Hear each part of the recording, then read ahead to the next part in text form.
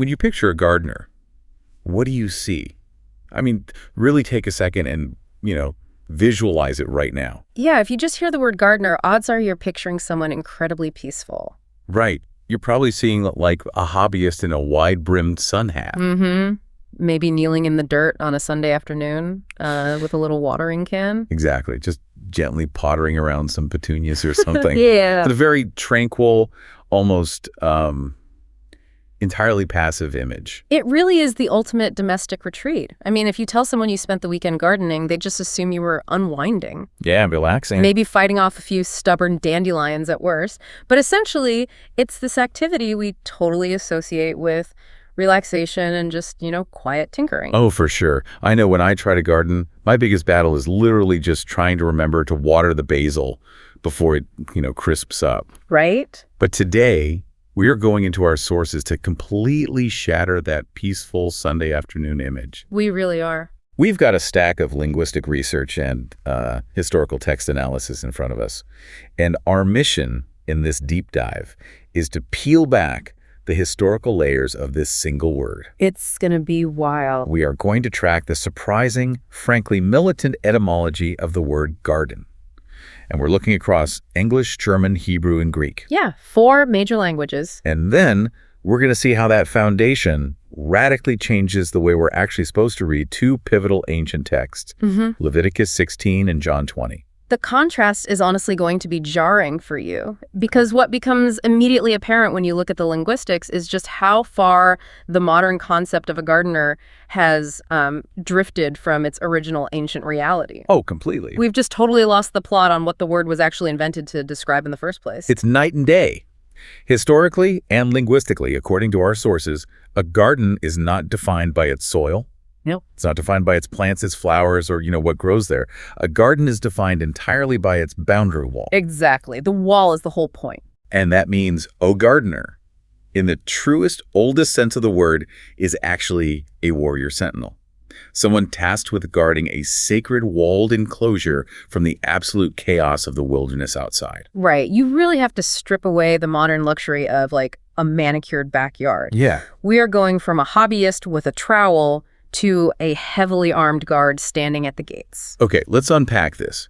Because to understand exactly why that shift happened, we first have to understand how the ancients view the world around them. We do. Our sources start by looking at the oldest roots of Western language. So where is the baseline here? Where do we start? Well, we have to go all the way back to Proto-Indo-European. Okay. This is that ancient mother tongue that eventually splintered off into a vast portion of the modern languages we speak today. And in that foundational language, you find the root word ge. Ge. Yeah, ge. And it doesn't have anything to do with planting seeds or cultivating soil or pruning vines. It literally translates to grasp, enclose, bind. Grasp, enclose, bind. That is a very active, almost aggressive physical action. It is. It doesn't sound like cultivation at all. It sounds like you're forcibly claiming a space and locking it down. You absolutely are. And you have to put yourself in the shoes of an ancient person to really get why. Right, because today we view nature as a luxury. Exactly. We go to national parks to escape the city, right? We bring potted plants into our apartments to feel connected to the earth. Yeah, we want nature inside. But in the ancient world, untamed nature wasn't a weekend retreat. Untamed nature was a constant source of death. Oh, wow. The wilderness was where the wolves lived. It's where bandits hid out.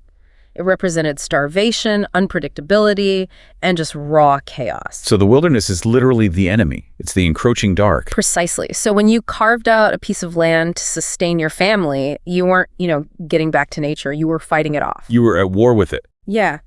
You were taking a piece of the wild and binding it. You were forcibly enclosing it, and you can see how that ancient root evolved as societies developed. How so? Well, as it moved into Proto-Germanic, ger became the word garden, which specifically meant an enclosed space. Okay, and from garden, it's basically a straight shot into the modern languages, right? It is. That's where we get the modern German word garden, and it's the direct ancestor of the English words garden and yard.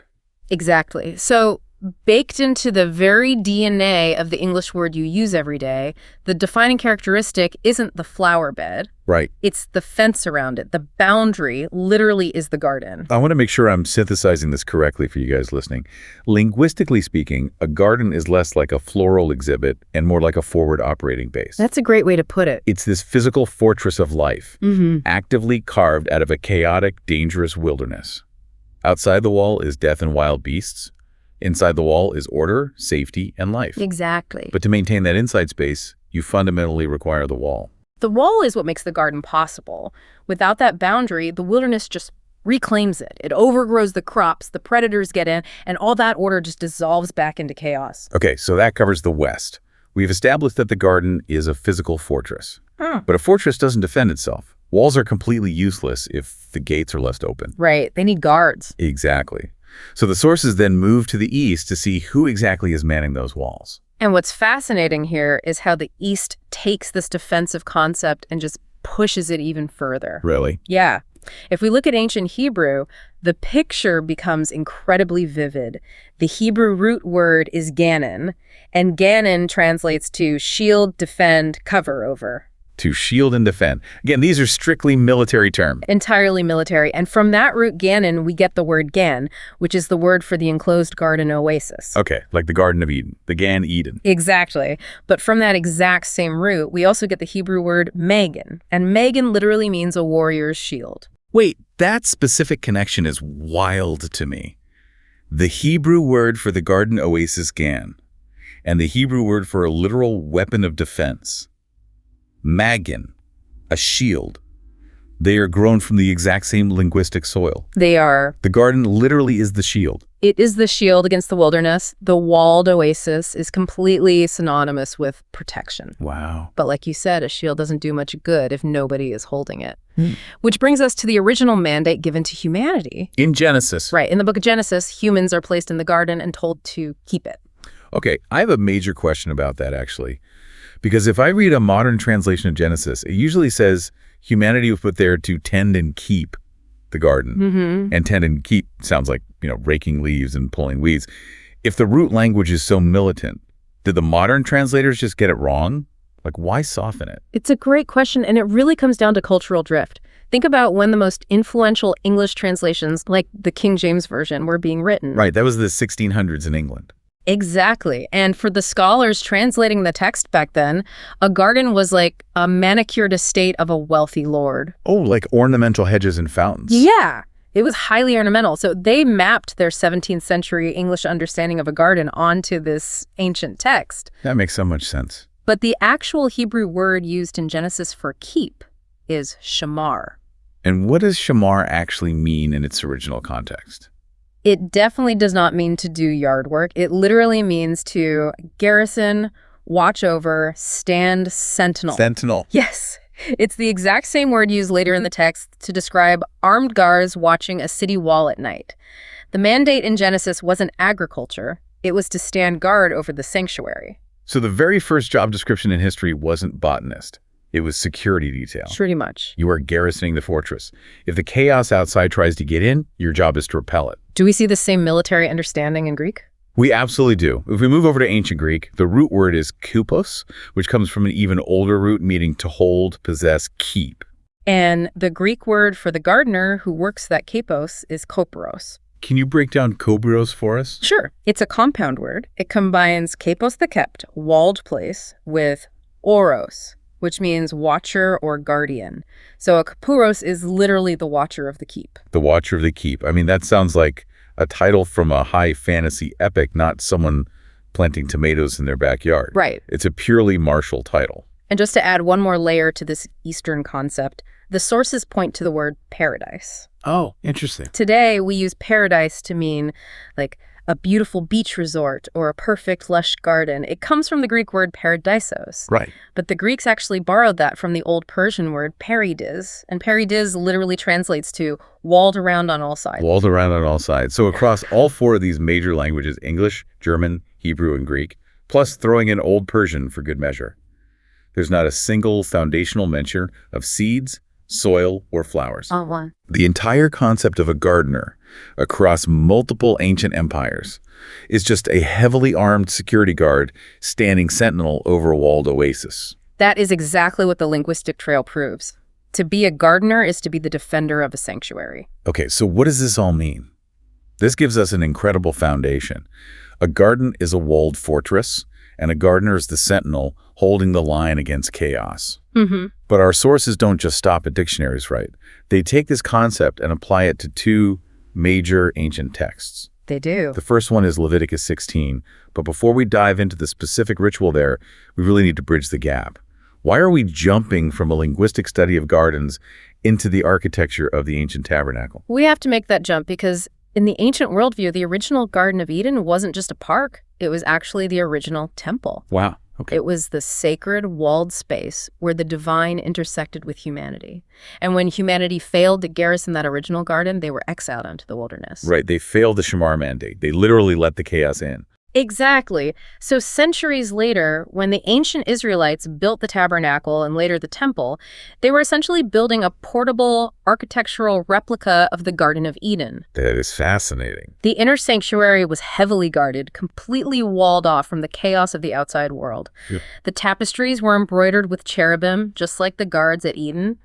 The menorah was stylized to look like a blooming tree, representing the tree of life. The tabernacle was the new walled garden. It was. That completely recontextualizes the architecture. It's not just like a fancy tent.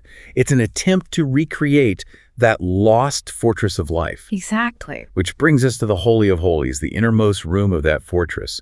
And in Leviticus 16, we get the protocol for Yom Kippur, the Day of Atonement. The highest, holiest, and frankly, the most dangerous day of the year. Extremely dangerous. Yeah. Like, it wasn't just ceremonial pageantry. The high priest was stepping into the raw, unfiltered presence of the divine to make atonement for an entire nation. Right. If he did it wrong, the text indicate it was literally a fatal mistake. Oh, absolutely. So, the high priest, acting as this ultimate protector and mediator, prepares to enter that hidden innermost enclosure. But he doesn't go in wearing his usual gear. He doesn't. Typically, the high priest wore these incredibly elaborate, heavy, golden garments. They were covered in jewels representing the tribes, dyed with really expensive blues and purples, and lined with bells. Yeah, it was a uniform of supreme status. Very much so. But for this specific mission into the ultimate walled enclosure, he has to strip all of that off. He strips down to the absolute basics. He is stripped of his gold, his status symbols, and he enters wearing only 4 plain, pure white linen garments. That's white linen. Yeah. A linen tunic, a linen sash, a linen turban, and linen undergarments. That is his required uniform for the profound life or death work of atonement inside the dark sanctuary. It's stark. The protector of the people is stripping away his armor, essentially, and going in completely vulnerable. And here's the critical part, the final command of this entire ritual in Leviticus 16. The high priest goes in, performs the blood atonement, and secures life for the people. But when that work is finished, he doesn't just walk out in those same clothes. What does he do? The protocol explicitly commands that he must take off those pure white linens and leave them behind in the dark inner sanctuary. Leave them in the Holy of Holies. Yes. He leaves them there, bathes, puts his normal colorful clothes back on, and only then walks out alive into the daylight. Oh, wow. It's a very specific protocol. Effectively, leaving the white linen behind is the ultimate proof of life. The protector of the sanctuary finishes his ultimate mission. The dangerous work of atonement is complete, and the evidence of his success is that his holy uniform is left behind in the dark. Exactly. It's like planting a flag in the center of the fortress. The mission is accomplished, that chaos has been held back for another year. And this ancient, highly specific protocol from Leviticus is not just, some obscure historical footnote. No. If we connect this to the bigger picture, according to our sources, it perfectly sets the stage for a historical mirroring of this exact event centuries later. Okay, this is where it gets crazy. It really provides the architectural blueprint for understanding our second text, the book of John, chapter 20. Right, let's set the scene here, because we are moving from the ancient tabernacle ritual into the 1st century. Yeshua Jesus has been crucified. Yeah. It is a violent, chaotic death out in the open. But where is he actually buried? He is placed in a stone tomb, and the text specifically notes that this tomb is located inside a walled garden, a kippos. A kippos, the enclosed, kept place, That linguistic fortress of life we were just talking about. The body is placed in this walled garden tomb, and a massive stone is rolled across the entrance, sealing it shut. It basically becomes the ultimate dark inner sanctuary. Just like the Holy of Holies. Yes, and then we get to the morning of the resurrection. The women arrive at dawn, the stone is rolled away, and the way our sources describe what they see inside is brilliant. They call it a crime scene of order. It really is the perfect phrase. Right. Because when sunlight finally pierces into that dark stone tomb, what do they see? They don't see signs of a struggle. They don't see an empty room. They specifically see the burial linens lying empty on the stone slab. And the text notes a very peculiar detail about those linens, right? It does. The face cloth was not just thrown aside in a rush. It was neatly folded by itself in the exact place where his head used to be. That detail is so deliberate. Like, if you are a grave robber, you are terrified of getting caught, you grab the body and you run. Obviously. You don't pause in the dark to unwrap the corpse, leave the really expensive spices behind, and neatly fold the linens like you're doing laundry. Right. Nobody does that. It's a deliberate signal. Yeah. Yeshua conquered death inside a walled garden, and just like the great high priest finishing the Day of Atonement in Leviticus 16, he left his white priestly linens behind in the dark sanctuary of the grave. The architectural and ritual parallels are exact. It's amazing. The high priest enters the dark enclosure in linen, does the dangerous work of life and death, and leaves the linen behind as proof that the work is finished before stepping out into the light. And Yeshua enters the dark enclosure of the garden tomb, wrapped in linen burial cloths, conquers death itself, and leaves the linens folded behind in the sanctuary before stepping out into the dawn. The atonement is complete. The protocol was followed to the letter. Yeah. But the sources bring all of this to an absolute crescendo just outside the tomb. Here's where it gets really interesting. Yeah, because all of these threads, the linguistic origins of the sentinel in the ancient world and the ritual of the high priest leaving the linens in the sanctuary, they collide in a single moment of profound cosmic irony. This is the climax of the narrative in John 20, and it hinges entirely on understanding what a garden is. Okay, so Mary Magdalene is standing outside the tomb in the early morning dawn light. She's weeping because she has seen the empty linens, but she assumes someone has stolen the body. Right. She turns around, and she locks her eyes with the resurrected Yeshua. But in her grief and the dim light, she doesn't recognize him at first. And the text says she supposed him to be the gardener. And this raises an important question. Why a gardener? It's the most crucial question. I mean, if you are standing in a graveyard at dawn and you see a man you don't know, you might assume he's a Roman guard. Sure. You might assume he's a mourner or even a gravedigger. Why specifically a gardener? Well, let's look at the specific Greek word John uses to describe what Mary thought. She supposed him to be the koparos. The koparos, Yeah. the watcher of the keep. Yes. When you look at the linguistic trail we followed today, you realize this wasn't just a confused, grieving woman accidentally guessing a man's weekend hobby. Right. She wasn't looking at him thinking he was there to trim the hedges or water the olive trees. On a profound linguistic and theological level, she was accidentally identifying his exact cosmic job description. Wow, that realization completely changes how you read the scene. It changes everything. She thought he was the koparos. And he was. He is the Ganon. He is the sentinel, the ultimate guardian of the sanctuary, who stood his ground, fought the battle against the ultimate chaos of death, successfully conquered the wilderness of the grave, and reopened the walled paradise, the paradisos. She was absolutely right without even knowing it. The Watcher of the Keep had returned. He had done exactly what the first humans were mandated to do in Genesis, to shamar, to garrison, and protect the sanctuary of life from the forces of chaos and death. Where the first sentinels failed and were exiled from the walled garden, the ultimate high priest succeeded and secured the fortress once and for all. It's brilliant. Like, she isn't insulting him or diminishing him by calling him a gardener. She is accidentally giving him his highest military and priestly title. He is the warrior sentinel of the garden. It's a revelation that really only comes into focus when you trace the language back to its roots. Our modern English translations, as wonderful as they are, just can't carry the full historical weight of the ancient Greek and Hebrew worldview. Yeah, the words have just lost their edge over the centuries. They really are. It really has been an incredible journey through these sources, just peeling back the layers of a simple everyday word like garden, a word we universally associate with complete passivity and quiet weekends, reveals this massive hidden story of fortresses, sentinels, high priests, and cosmic resurrections. That's amazing. A gardener isn't someone who plays in the dirt, A gardener is the warrior who holds the line so that life can flourish inside the wall. It's a really powerful reminder that our languages are built on layers of history. We are constantly speaking the echoes of ancient worldviews. And sometimes the most profound theological truths are hidden right there in the etymology of the words we use every single day. The source material notes that language leaves a trail.